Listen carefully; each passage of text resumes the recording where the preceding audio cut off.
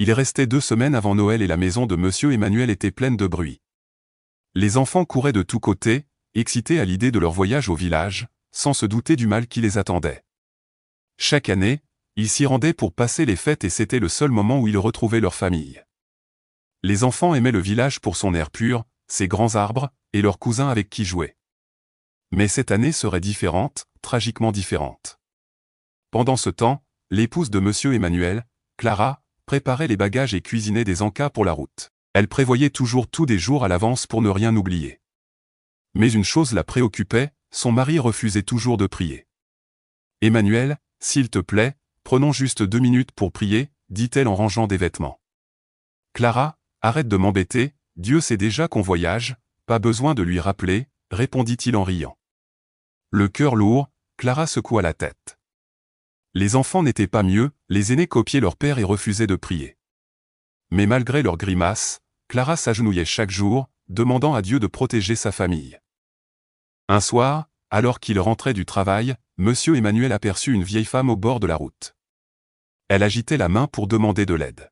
« Où allez-vous, maman » demanda-t-il. « Mon fils, conduis-moi à la prochaine rue » répondit-elle. Il accepta et elle monta dans la voiture. Après un silence pesant, elle prit la parole. « Mon fils, je ne veux pas te mettre en colère, mais écoute-moi, n'allez pas au village pour Noël. Et si vous devez absolument partir, priez et jeûnez avant le voyage.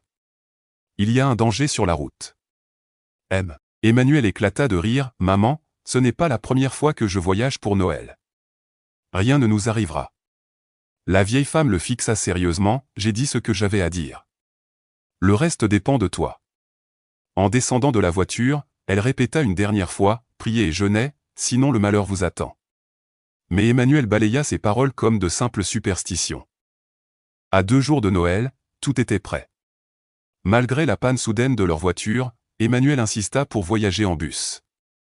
Clara soupira et pria en silence, « Seigneur, prends le contrôle. » Pendant ce temps, loin dans le village, maman Adjoa, la belle-mère d'Emmanuel, bouillonnait de jalousie.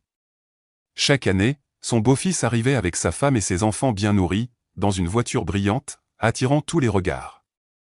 Ses propres fils, eux, revenaient pauvres et humiliés.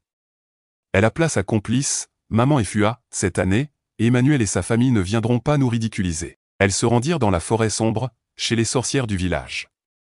La prêtresse, au visage ridé, les accueillit. « Pourquoi êtes-vous venus ? » « Mon beau-fils Emmanuel ne doit pas atteindre le village vivant, » dit Adjoa, la voix tremblante. Les sorcières préparèrent un rituel, un tissu appartenant à Emmanuel fut jeté